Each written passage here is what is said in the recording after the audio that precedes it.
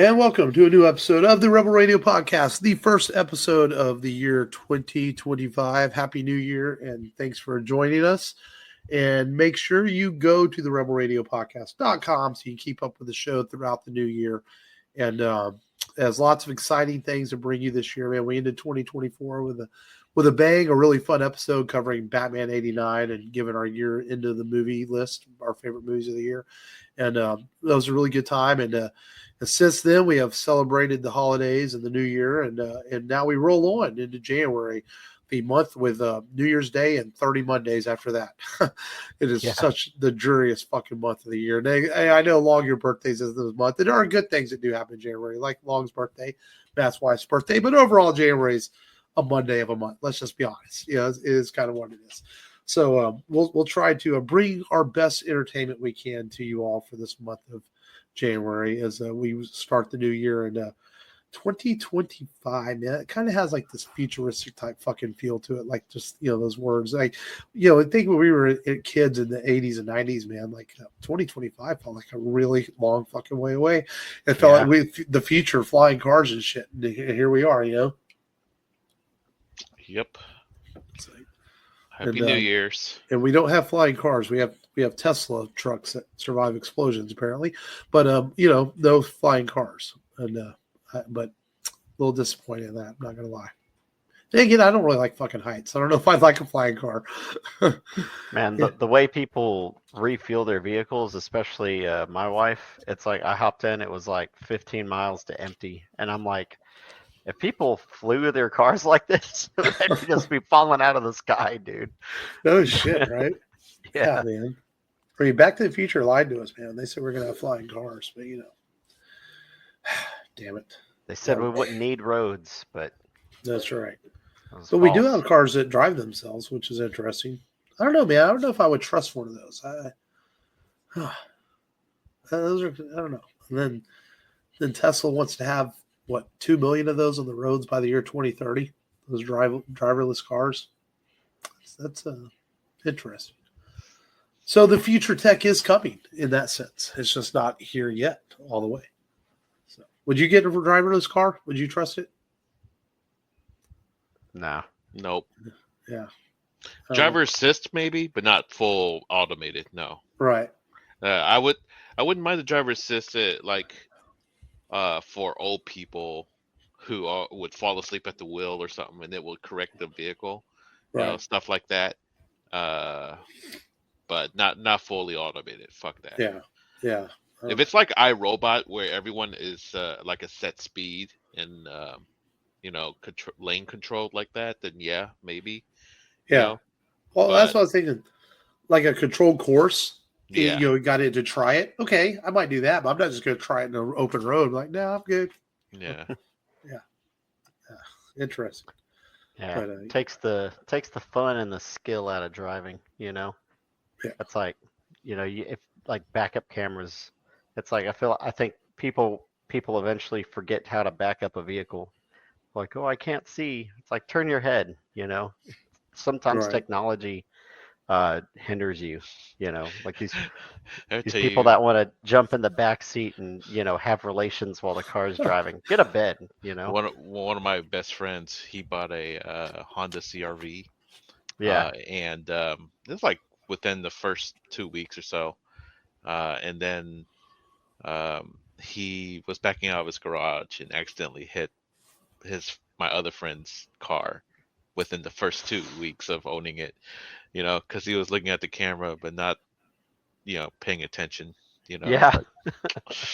Oh, man. I literally one time was going down 290 there where all his car dealerships are and saw a guy pull out brand new vehicle, paper plates, and got hit right in front of me. And he just walked off that lot with that car. I was like, yeah, he's having a bad day. So, yeah. The dealership's like, shit. Right. And it happens, man. But yeah. Hopefully the guy didn't drive off. Yeah, no, they both stopped. I mean, it happened. That would be even worse. Yeah. So, but that would suck. Oh, excuse me there. I felt like I was gonna burp on air there. But But yeah, how was your holidays, New Year's? Everything went well. Man, my neighborhood sounded like World War III. That was fun. I'm like becoming a grumpy old man going, man, I just want to go to sleep. What's all this fucking noise? And but yeah, the kids were out playing, and there were a lot of neighbor kids out. And I let them stay up till after midnight. They were down the street watching fireworks and all that stuff. And I didn't have to buy any fireworks. There were plenty going off in the neighborhood. Oh yeah, yeah. You just look up in the sky. There's really, really good fireworks going off.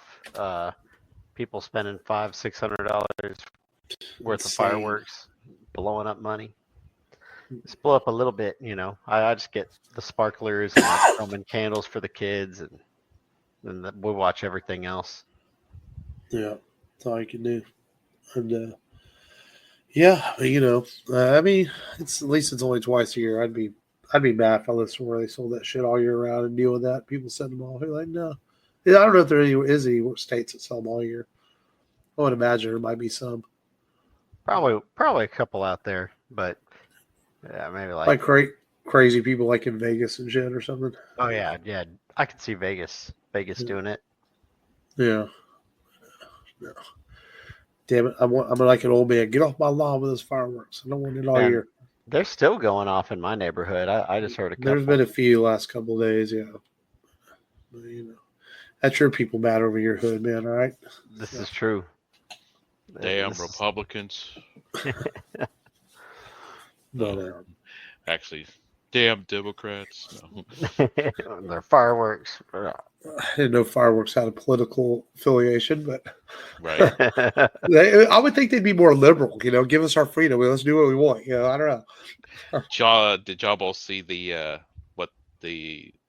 fireworks game has been upped with the use of drones and stuff? Oh, dude. Yeah. I saw some of that. And, that dragon is badass. Yeah, that was in, where was it? Japan, right? Yeah. China. China. I knew there was a couple of different shows out there with the drones and the fireworks.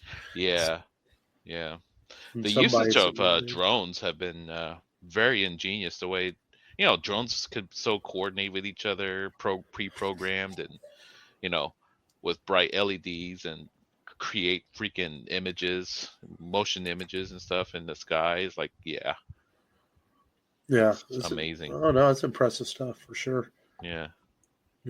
I mean, I was impressed a few years back. Remember when they had the Super Bowl here in our town, and when Lady Gaga performed that, and they used the drones up above the stadium, and that was impressive. That was one of my first times to really see the use of drones to make an image. Mm-hmm. That was pretty cool. And and then related to things we talk about, there was a drone show not that long ago where was it back around May the 4th, where they created Darth Vader and C-3PO all in the sky with drones somewhere. That was pretty cool. Some Star Wars stuff. So they paid for one at work for a little. It was like a short one where they made like a Coca-Cola and then some other stuff, and it's pretty neat. But I think Japan's doing it the best, because I could have sworn I saw a story. I don't know if it was Houston or somewhere in Texas, but they tried doing a drone show, and one of the drones collided with the other, and it fell. They started just falling out of the sky, and one of them hit a kid and put him in the hospital. And I was like, man, we can't do it like Japan. So Matt, we go from Darth Vader and C-3PO to Coca-Cola and the kid getting out of the sky. Way to ruin it. Yep, new fear unlocked. Drone could crash into another one, fall out of the sky. Bring us all down, Matt. Have fun with that one. It's supposed to be the kickoff to a new year. It's supposed to be excitement of this show. That kid's getting hit in the head with drones and Coca-Cola bottles. Good job, man. Yeah, good job. Someone had to do it. Someone had to do it. Leave it to Matt to dethrone the show. Been doing it for years. That's right. Derail, you mean? Or derail, dethrone. That's dethrone. And anyway, man, there's how's it, man? It's the holiday time of the year. Let's see if there's any like news or nothing. Nothing's really happened lately. No new trailers. Well, I guess they did announce Jason Momoa was going to play Lobo, which was rumored a year ago. Yeah, and he's going to be in the Supergirl movie. I guess he's going to appear in that. As I guess it's expected to go behind the cameras pretty soon. As it'll be the second film in the new DCU. And so interesting. I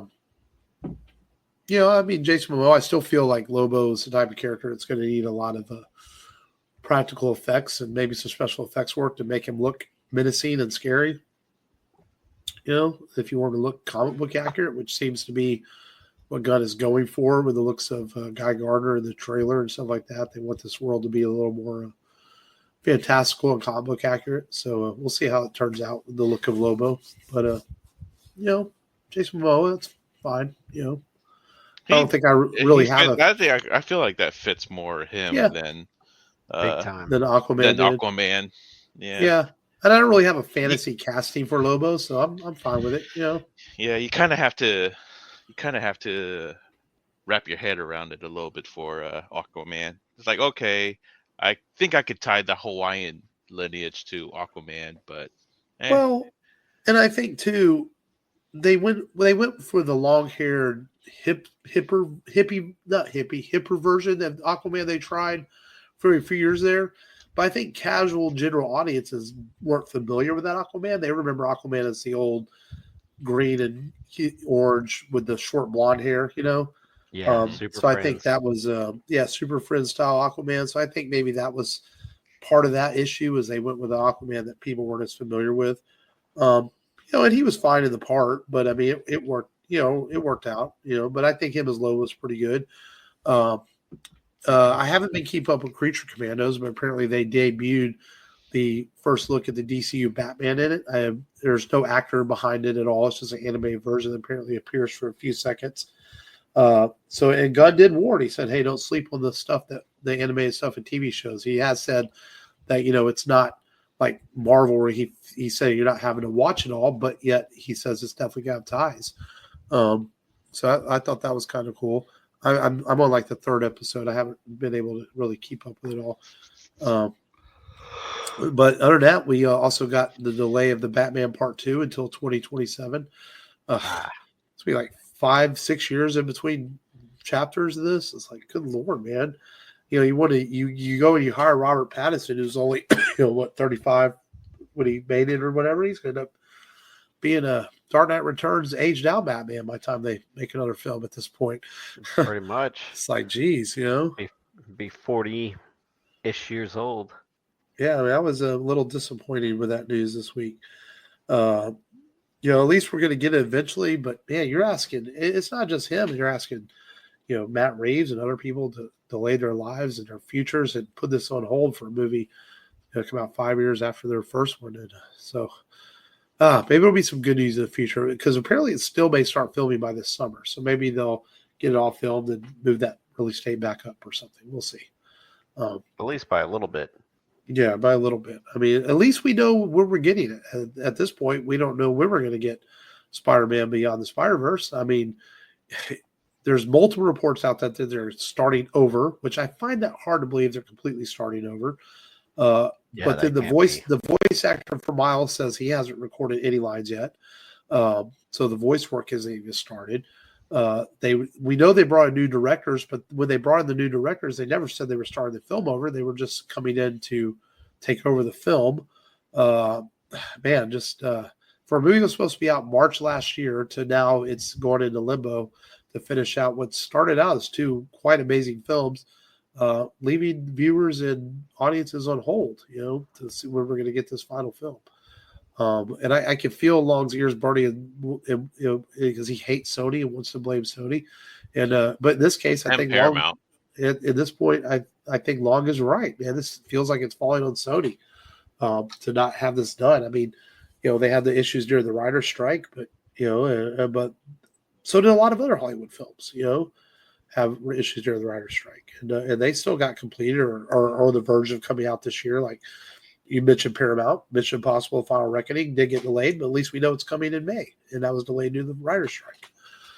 So where is Spider-Man? And we'll have the X-Men introduced in the MCU before we get fucking Beyond the Spider-Verse at this point. It's like, it's disappointing because I really like those first two films. And, hopefully we get some good news on it soon. That's all we can hope for. Really. Other than that, man, some of the news that hit during the holidays over the last couple of weeks, and some of the big news anyway. I'm sure there's smaller things that are not less important, but not as worthwhile to talk about. Yeah. Yeah, man. Other than that, holiday season, sitting around the Christmas trees or the fireworks, wherever, watching TVs and movies. And I didn't watch a whole lot of stuff, but I did take the kids today to see a movie. I know Matt took his too, but anything long? How about you, man? Anything you watched over the last couple of weeks since the last time we got together? Skeleton Crew. Played a game called Adventurers Guild, our Adventurers Guild, and it's a Steam game where you are the guild leader of a guild, and I didn't mean to be repetitive. And you just basically build up this base, like you build up this tavern and all this stuff, and you send out and control adventurers to gather stuff or fight stuff or make them go do missions to raise your guild's reputation. It's pretty fun strategy RPG game. Indiana Jones and the Great Circle, of course. It's a great game. Definitely feels like a lost in 80s Indiana Jones film. So highly recommended. And a lot of people are saying, and I kind of agree, that it kind of corrects the mistakes of the last couple of Indiana Jones movies. What else?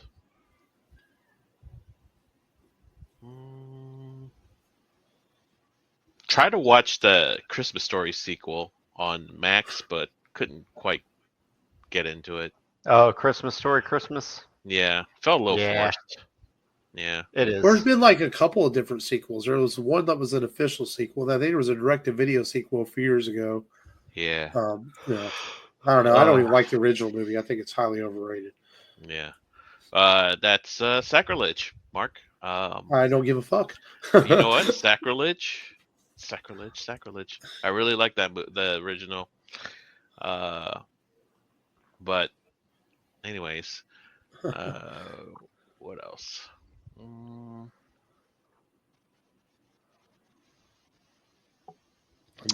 Caught up on some anime. There's this anime called I Parry Everything. And it's just this one guy who couldn't develop any skills as far as being an adventurer, but he could parry like hell. So this guy's able to parry multiple swords at the same time, parry magical missiles at and it's ridiculous. It's a dumb comedy fantasy.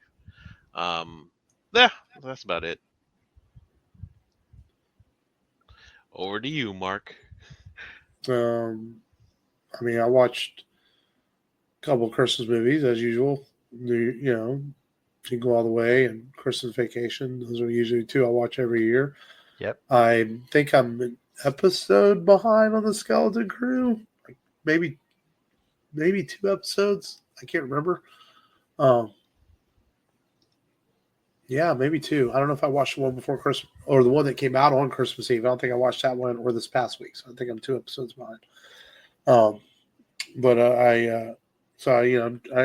like it. I just haven't, sat down and watched it. And, other than that, man, I took the kids to see Sonic the Hedgehog 3. I'm not as high on it as the kids are. They enjoy it. I think the films are entertaining.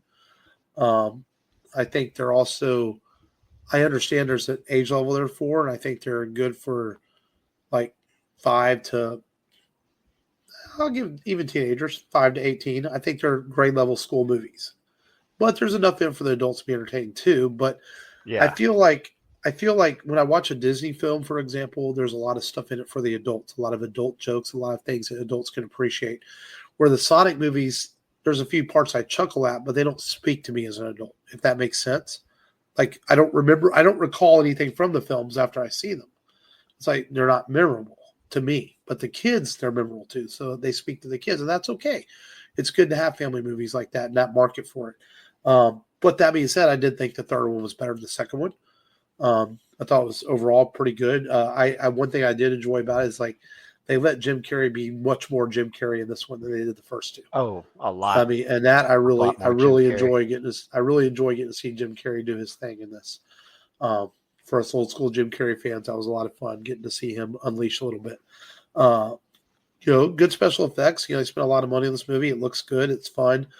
Good voice work for the animated characters in the film. I mean, it was a fun movie. I enjoyed it. I wasn't bored watching or anything, but I just feel like they're one and done as an adult. I'm like, I don't need to ever watch them again. But the kids enjoy it. We own the first two. They've watched them a few times.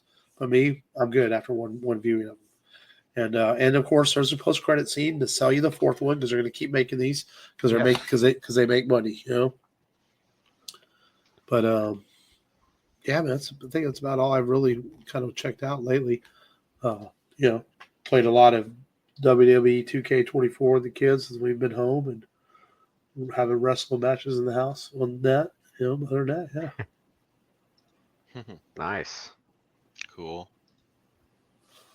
Oh, I saw a deal on Amazon Prime for Beetlejuice 2.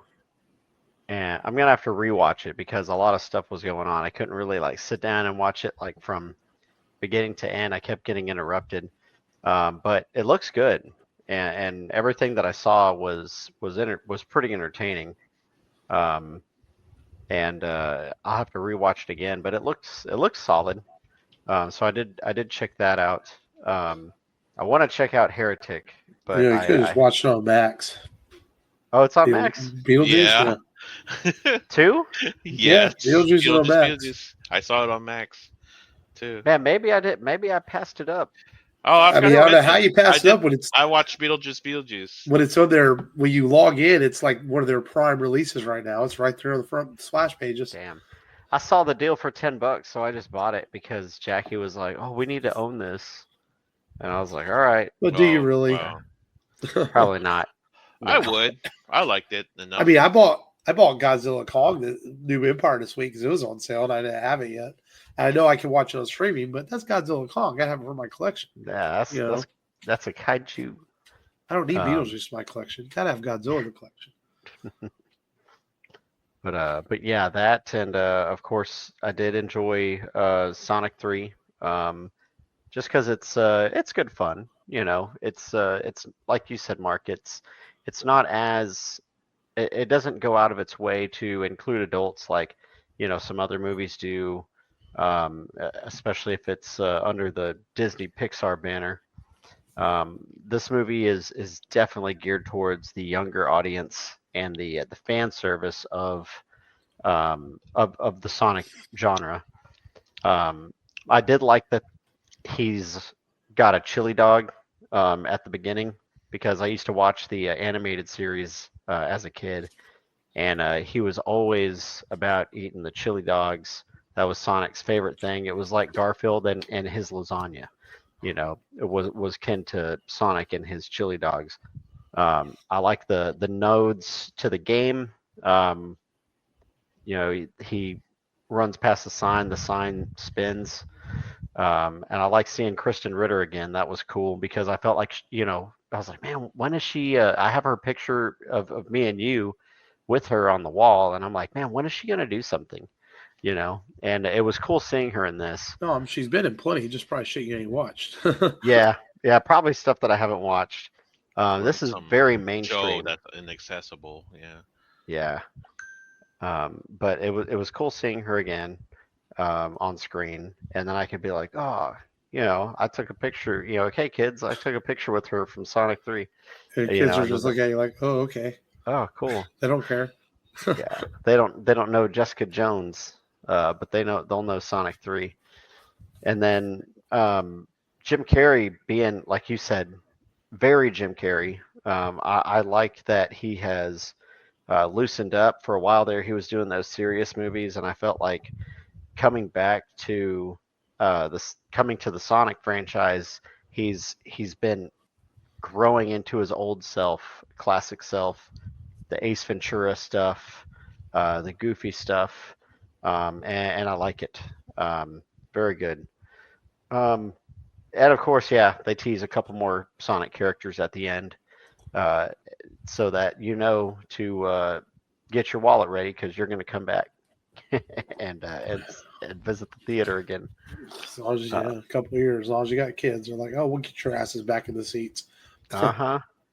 It was funny, me and you went to the same theater, and then we went to the same theater and showing as our neighbors next door that go to school with the kids.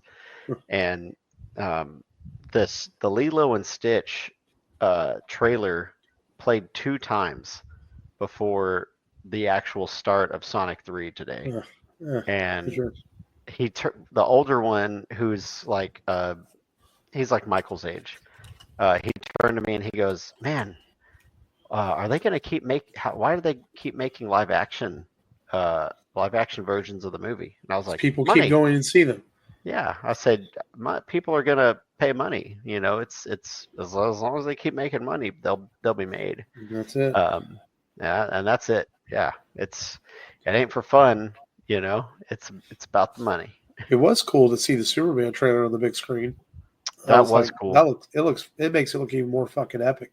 And did you notice there's a different shot in the movie screen trailer than there is in the online trailer? The shot of Mr. Terrific is different. Instead of Mr. Terrific in the desert, it's inside a building. You see his face. It's a completely different shot. And James Gunn, I went back and looked at some of his tweets, and he said something about that, like, look for differences in all the trailers. Like the teaser for the trailer they put out the day before is completely different footage than what was in the trailer. So interesting marketing there, keeping things just a little bit different. Yeah, keeping people on their toes. Other than that, of course, I watched my usual holiday films that I watch: Christmas Vacation, Jingle All the Way, The Elf, and Christmas Story. I did not watch A Christmas Story. Usually, my dad is the one that likes Christmas Story. Home Alone 2. I watched Home Alone 2. Never seen 2. You've never seen 2? No. I don't love Elf, but I like parts of it. Like when he goes into the department store and he's like, Santa, I know him. I think that's pretty funny. But Will Ferrell's getting to be Will Ferrell. Those are the parts I like. But there's parts of the movie like they're just like, yeah, it's all right. But yeah, I watched pretty much those 4. I wanted to be able to say that I watched Scrooged. I tried to watch Bill Murray's Scrooged, but I only made it to about halfway through. I've seen it once. Yeah. And it was on television, network television. All I remember from that scene was what was it? Bill Murray's character got the Kama Sutra book or something. He was talking to Karen Allen. I was like, "Oh, we've done this position. We've done this one. Haven't tried this one yet. Oh, this one looks interesting," or something like that. That's the only thing I remember from that film. Bill Murray's. I remember it being duller. I remember being disappointed by it as a kid. Yeah, I remember it becoming a dull film. Yeah. It's got some moments, but not enough of them from the half that I did see. But yeah. It's a different take. I think Jim Carrey's version is really good. I like it. And I've seen the classic version. I think it's also better than Scrooged. So yeah, I probably that story's been done so many different times. Oh yeah, growing up as a kid, I always used to watch every year the Mickey Christmas Carol. That's always been a favorite growing up. Yeah, and of course Charlie Brown and the Rankin Bass. We did watch Rudolph, the Rankin Bass one. Yeah. And the odd classic Christmas in July Rankin and Bass movie. I've only seen once. Christmas in July, which is weird. Miracle on 34th Street was released in July. I've never seen that movie. I never seen the original nor the remake. Both are actually very good. I usually watch the original every year. This year I never sat down and watch it. It's such a classic. Yeah. I remember watching It's a Wonderful Life throughout middle school, but got tired of it. I've taken a break from that. I've seen it before. The last few years I haven't watched it. Need a little break from it. Merry Christmas! Good old Every Jimmy. time a bell rings. But yeah. Oh, you guys ever seen the sequel to It's a Wonderful Life, this SNL skit? No. No. No. Yeah, you guys keep talking while I look for it. It's like And, what happens at the end of the movie when I mean, the movie ended. it's a Wonderful Life. I mean, it's a great film, and it's all right. It's just, seen it a few times. You got to take a break from it. Just like the Christmas Chronicles came out just a couple years ago on Netflix. I enjoyed it, but I didn't watch it this year. It's like, I watched it every year the last 3 years and need a little break from it. Yeah. It's like just sometimes, but I had to take a break. But I had to watch my Christmas Vacation and Jingle All the Way. So I had to watch a couple. And, Yeah. Christmas Vacation still holds up well. And There, I linked it whenever you guys get a chance at the end when we're done recording. Oh yeah, So, I'll have to check that out. Yeah. Long sitting us poor during the show. This says YouTube, idiot. I'm waiting until we're done with the recording and I can. Oh, that's what it is. Okay. Right. Well, I guess we should get in today's feature film then, as we're going to kick off 2025 with a movie that actually celebrates 10th anniversary this past August of 2024. We just, I'll take the blame for that. I even had it written down and go, we got to do this movie because it's 10th anniversary, and then I just sort of guess I got distracted with other movies and never did this movie. I was like, God dang it, I forgot to do Guardians of the Galaxy. So we're doing it today to kick off the new year. And that's okay, but it's a good way to start off the new year by talking about a movie that's features some outlaws, and a movie that when it came out, I remember not being super excited about it. I was like, I wasn't super familiar with the Guardians of the Galaxy. I knew who they were kind of from the comics, but I wasn't like, a fan or anything because they were kind of a B Marvel characters. Let's be honest, And they were worse than B. Probably, yeah. Well, B. some versions were worse than that, yeah. I mean, Starlord was relatively known, but the team as general was pretty much probably C. We're talking about like C or D tier. Yeah, and so I remember that summer they had a IMAX event in theaters where it was first come, first served, free, and it was you got 3D glasses and you got to watch a 20-minute preview of the film. And I wasn't going to go, and I ended up taking Michael because he was old enough at the time, and he was about 6-7 years old. And we went and we stood in line at the marquee, and we for the special event, and we watched it, and it showed it showed a little bit of a behind the scenes look, and it showed the prison sequence, and then it showed a special trailer at the end of the film that was not shown to other audiences, and I walked out of that 15-20 minute event and was more excited about the film after seeing that, because up to that point the trailers didn't really sell it on me. The film itself, I was like, it looked okay.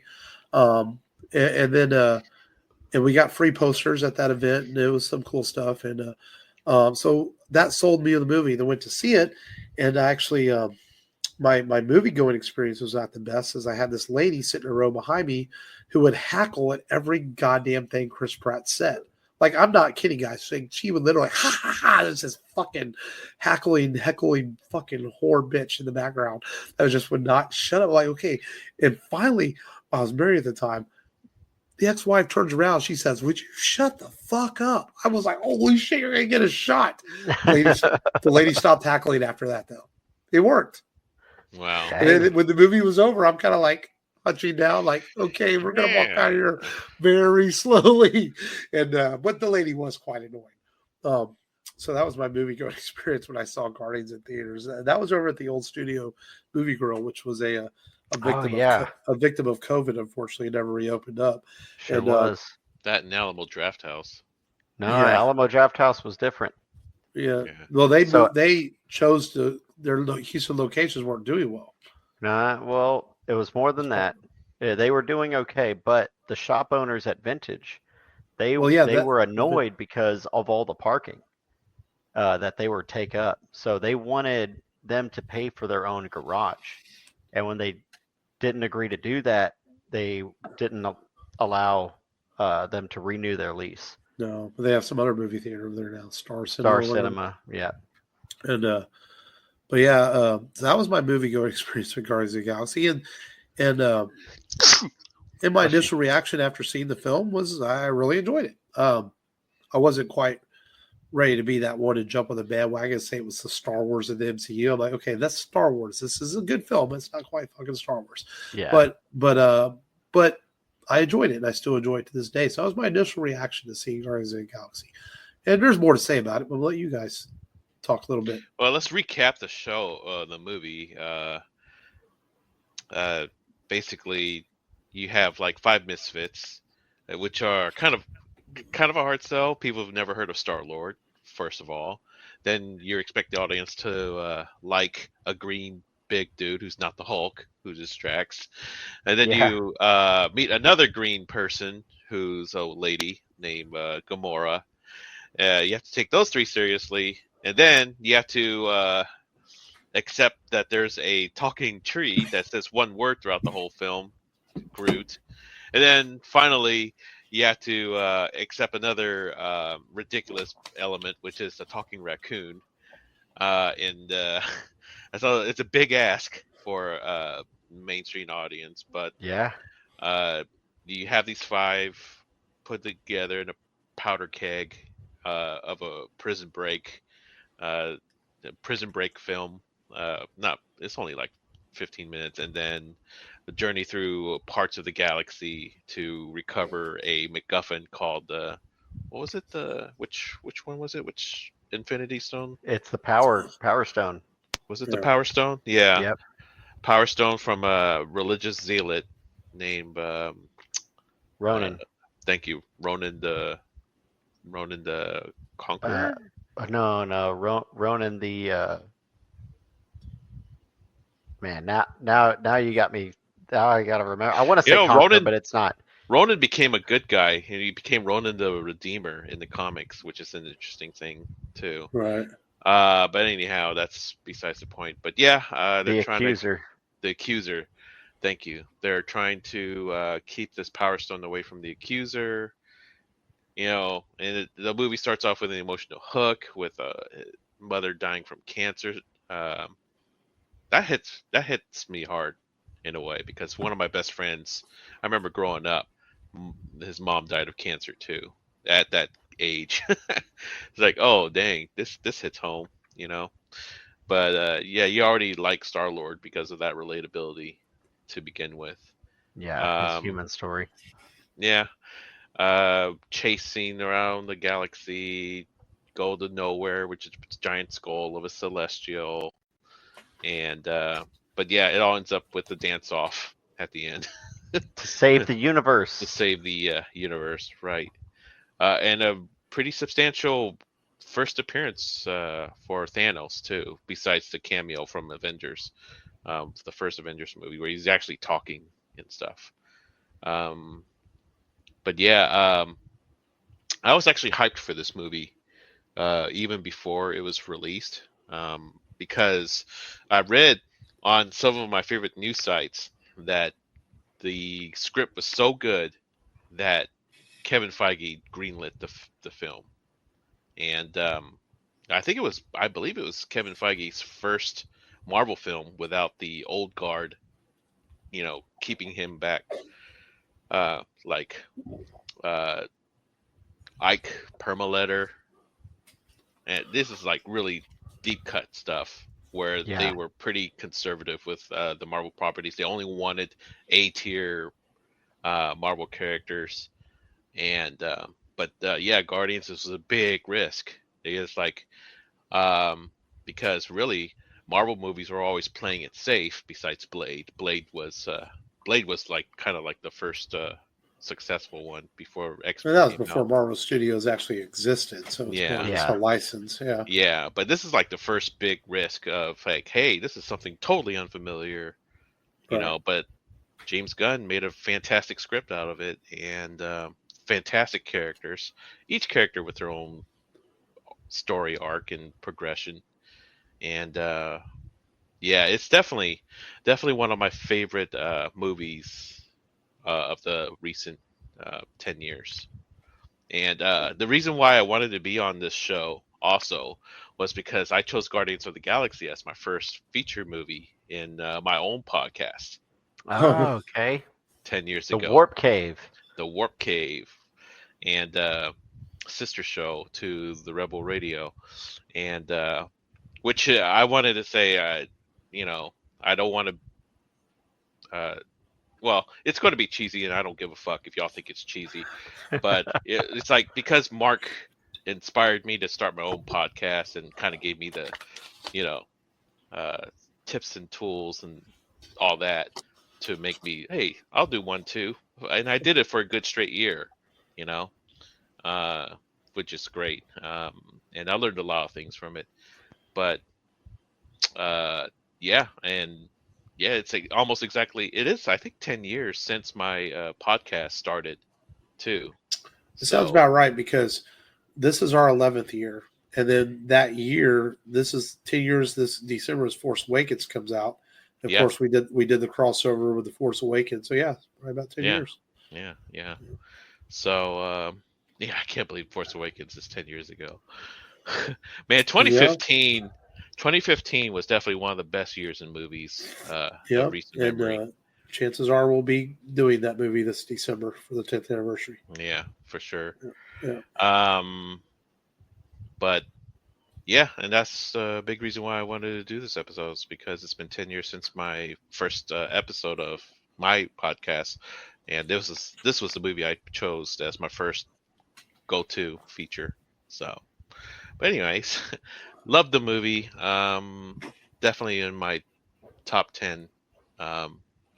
But yeah, and you guys will be surprised of my birthday movie when I pick it, when I tell you what it is. So, but anyhow, go ahead, Matt. What was your thoughts going into the movie? Yeah, no, when it came out? it had definitely gotten some hype among some of the people that I talked to, and I enjoyed the trailer myself. I thought it was quirky, it was different. The 70s pop music, and of course the eventual soundtrack that would make it you know, to the top of the charts and a 2015 Grammy nomination. It was fun. It was this space opera that was you know, put on display for us, and I took the kids to see it. Everybody came to see it.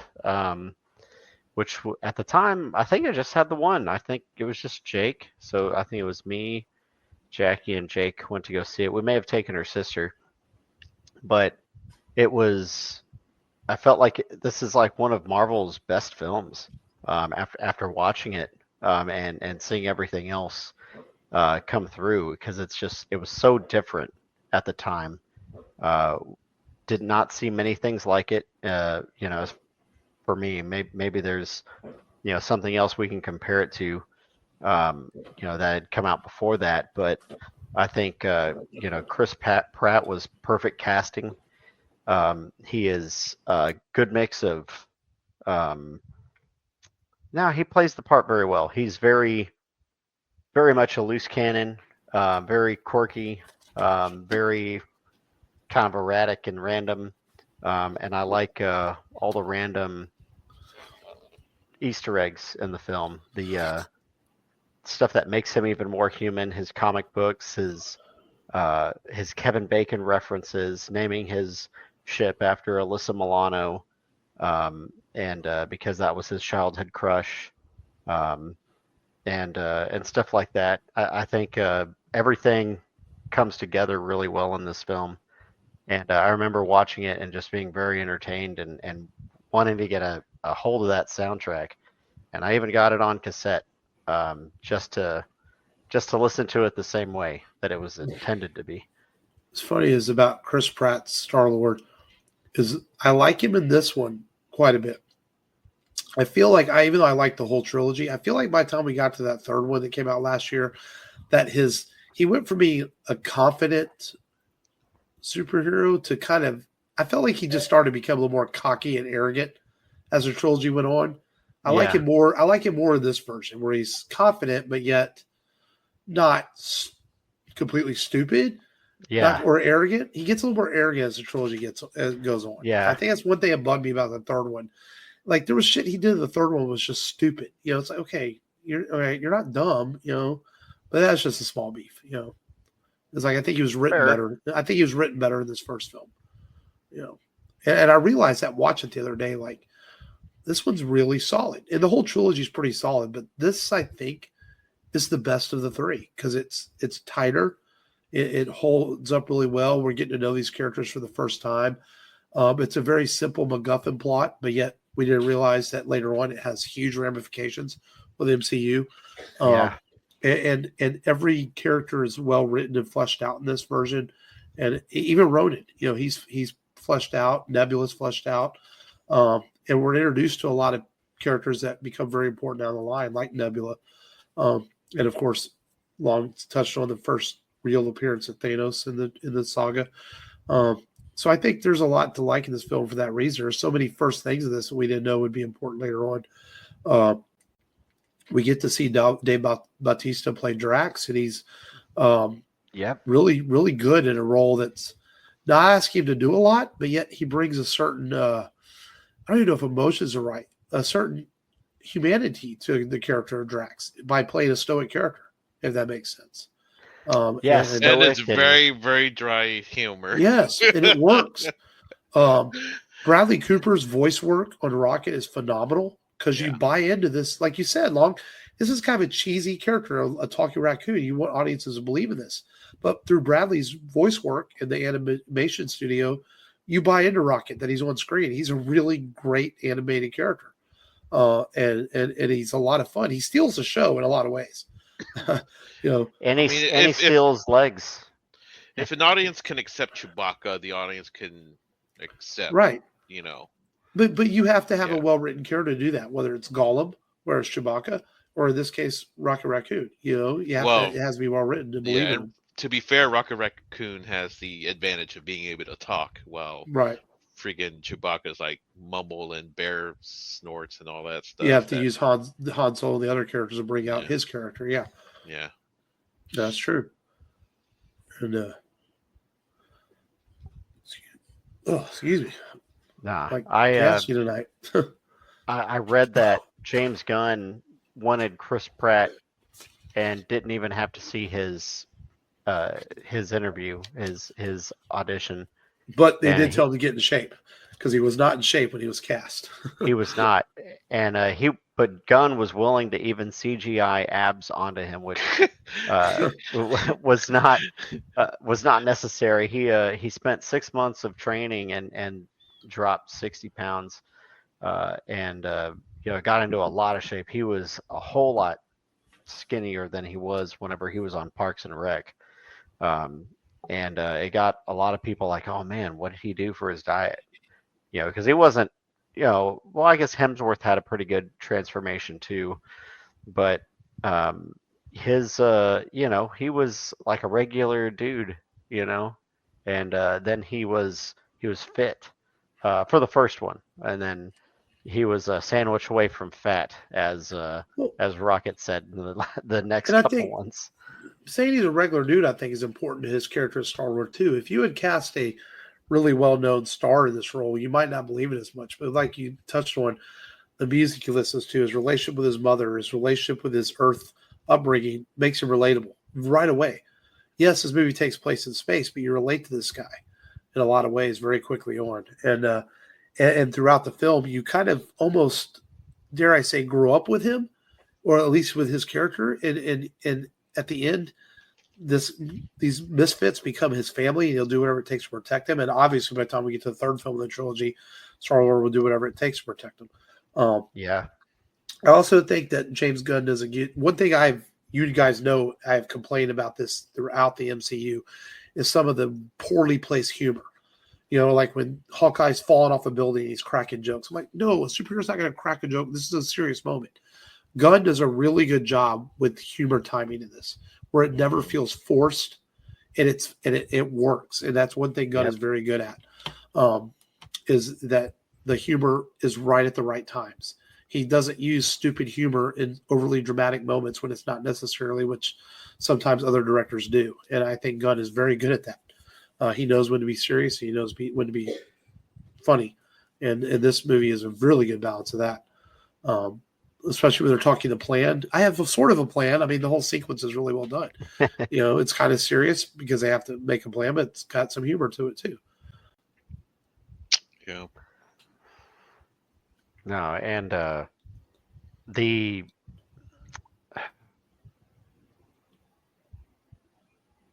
Boop, boop, boop, boop, boop, boop, boop. man, boop. I was trying to go somewhere. You went The nowhere. drama. Okay, so everybody's got drama, right? And so everybody has these personal problems, which Right. don't really touch on with Rocket's character and Groot. Not until the third film, yeah. Not until the third film. Right. But with Drax, with Gamora, she obviously doesn't want to be Thanos' daughter. Obviously has resentment. Quill with his upbringing, and then they kind of collide with these different backgrounds and then come together as this uncanny group. And even after messing up the Nova Corps, they join forces with the Nova Corps, which is epic. I think that's epic as hell. The space fight and trying to stop the spaceship from coming to what's the Nova Prime? To where Ronan can just touch the hammer to the ground and just destroy the entire planet by touching it to the surface. And so it creates a lot of tension, and it creates a film that has a little bit of everything. The humor, the excitement, the drama, the relatability, and of course the action. And it's just a blast of everything, and it was very well done. And yeah, man, I it's like a top. I like saying top 5. I think it really is a top 5 Marvel film. You could fit it. You definitely fit it in the top 5 of Marvel films. And I think now you have a lot of films that try and emulate this and copy this this layout, this diagram, and try and make this happen. But yeah, that's what I got. I don't know if I completely agree. Films try to emulate this because Guardians is emulating a lot of films that came before it. In a lot of ways. I mean, it's part Star Wars, it's part Indiana Jones Adventure, it's part space alien. So I mean, every movie nowadays is kind of an emulation of something. I feel like now this film, you had like a 70s pop song, and you would have all this fun, quirky action to follow. And now I feel like there's a lot of films that want to find that 70s pop song and have quirky action, to follow suit and have it fun, whether it be or not even do it like that. You go the Deadpool route, and have Bye Bye Bye by NSYNC, and then fun quirky action. That's just what I feel kind of like. A fetal comparison, but yeah, I mean, because Quentin Tarantino's putting 70s pop music in his movies since 1991. So I mean, it's like, yeah, but are people like sliding around and then different camera angles? And then Tarantino's definitely been more emulated than James Gunn film has. That's no doubt. Oh well, yeah. If we're talking about just who's emulated more, absolutely Quentin Tarantino.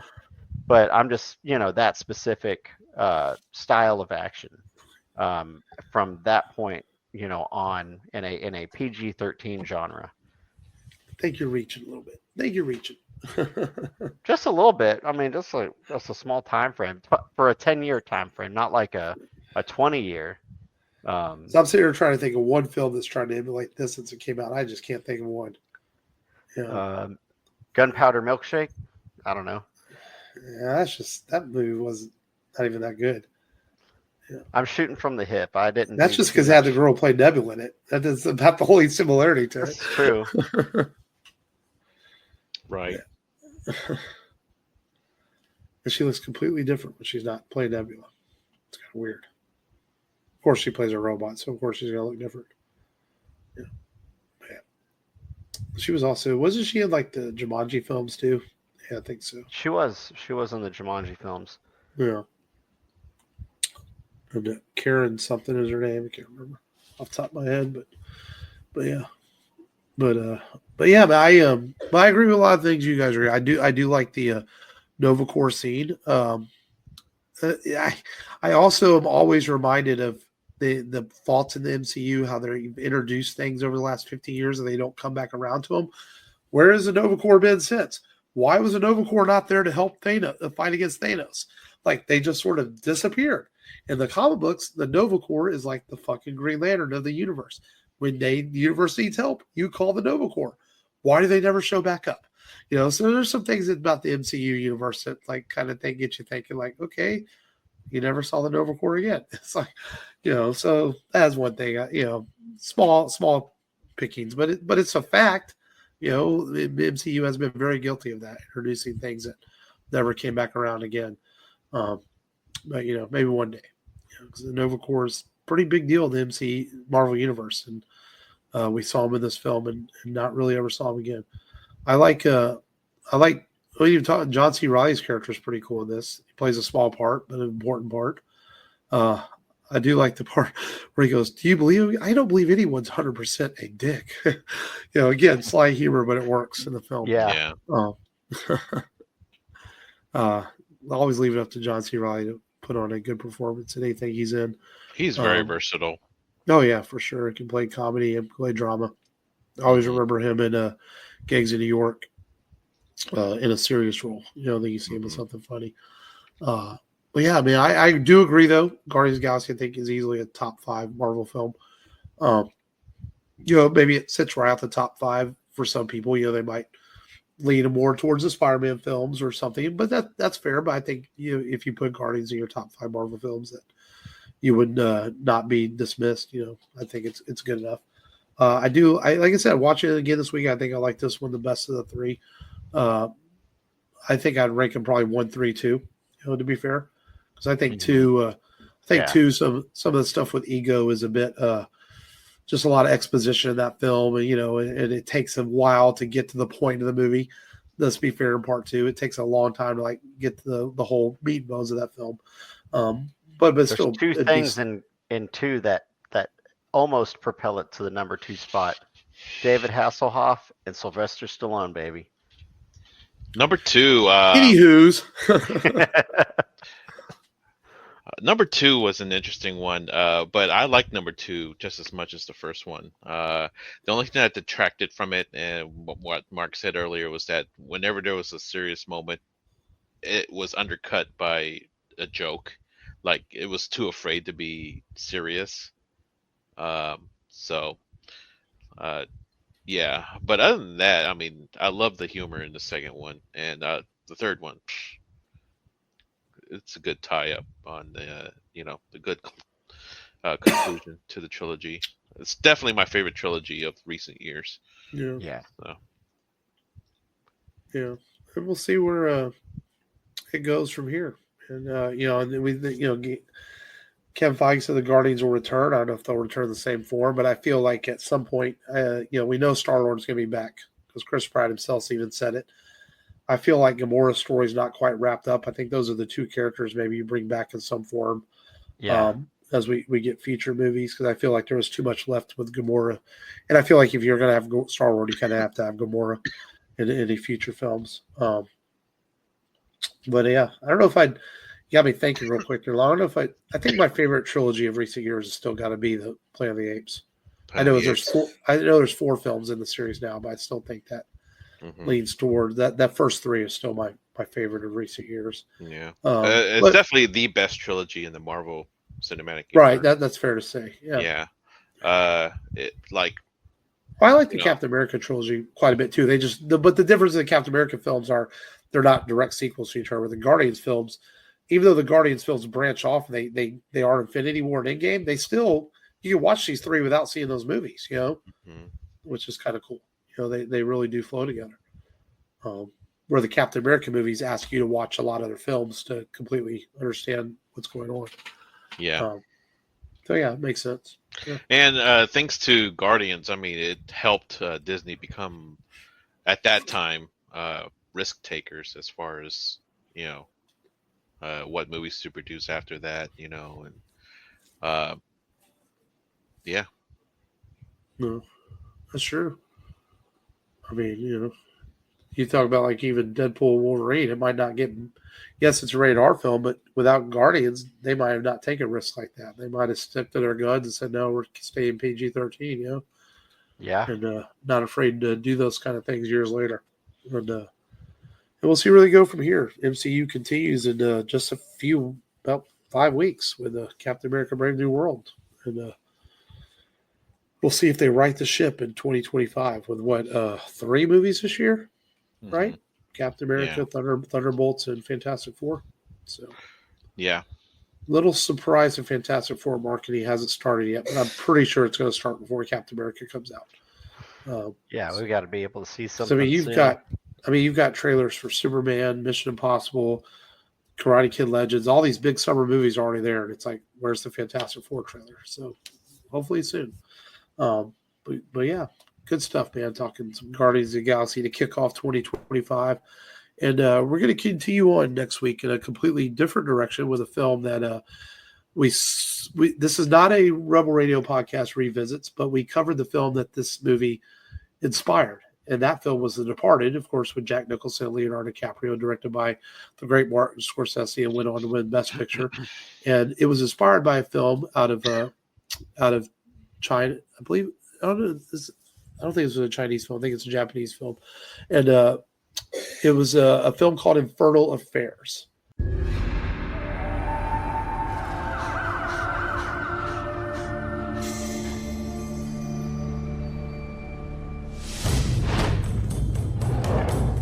Years ago, 2 friends became the best cadets on the force. One went undercover to infiltrate the mob. The other is a highly respected officer, but his true loyalty belongs to the crime lord.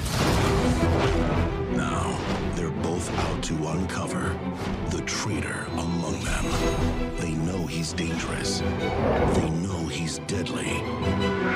What they don't know is that they're hunting for each other.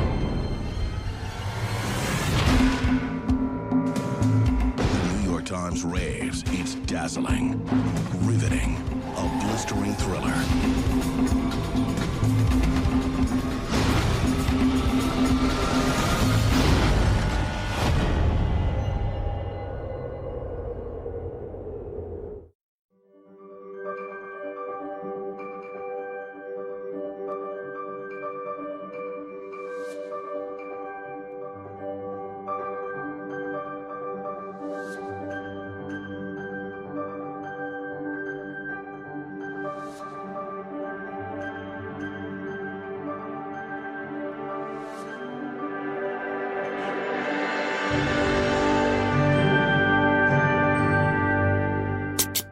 That's the movie we're going to talk about next week. It's what The Departed was based on, and very similar. I mean, The Departed, it's amazing because Scorsese claims he had not seen Infernal Affairs whenever he made The Departed, but yet there are some shots in The Departed that are camera work by camera work the same as Infernal Affairs.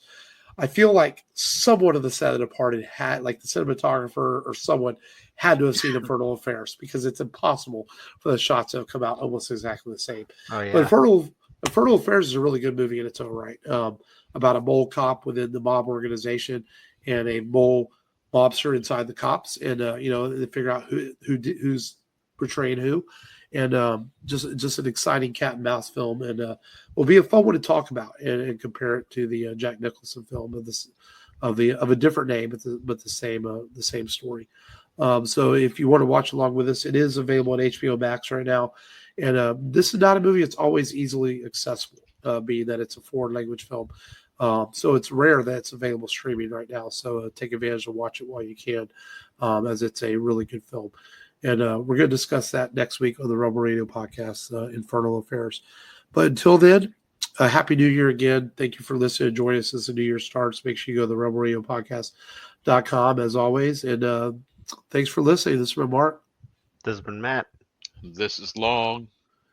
And remember, as the new year begins, just go there and do it. This is Booker T, Hall of Famer, and you're listening to Rubber Radio. Now, can you dig that, sucker?